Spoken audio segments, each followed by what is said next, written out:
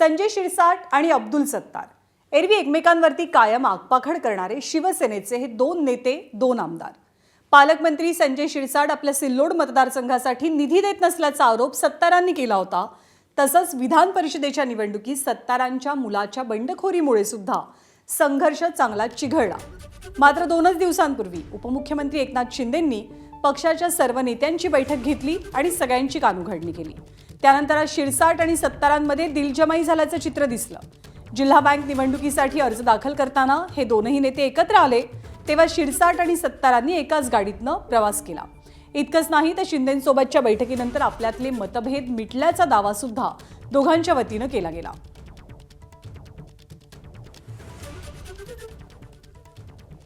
आमदार निधी कमी दिला, जास्त दिला, या तक्रारी आहेत. या तक्रारी याचा अर्थ पक्षामध्ये असलेली फूट नाही. एकनाथ शिंदे साहेबांकडे आमची बैठक झाली, तुम्हाला माहिती आहे. 3-3.5 तास लॉंग बैठक झाली.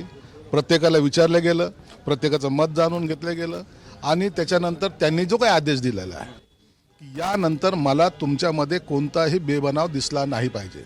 एकनाथ शिंदेने आमची मन फेविकॉलच्या जॉईंटने जॉईंट करून दिली.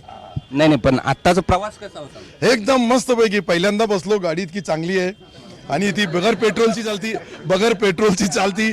हे मी खरं ना, मला त्यांनीच सांगितलं की ही बगैर पेट्रोलची गाडी आहे. आणि छत्रपती संभाजीनगरमधल्या दोन नेत्यांमध्ये जी दिलजमाई झाल्याचं चित्र दिसतंय यावर त्यांच्याच जिल्ह्यातले शिवसेनेचे ठाकरेंच्या पक्षाचे नेते अंबादास दानवेंनी काय म्हटलंय ते सुद्धा पाहूया.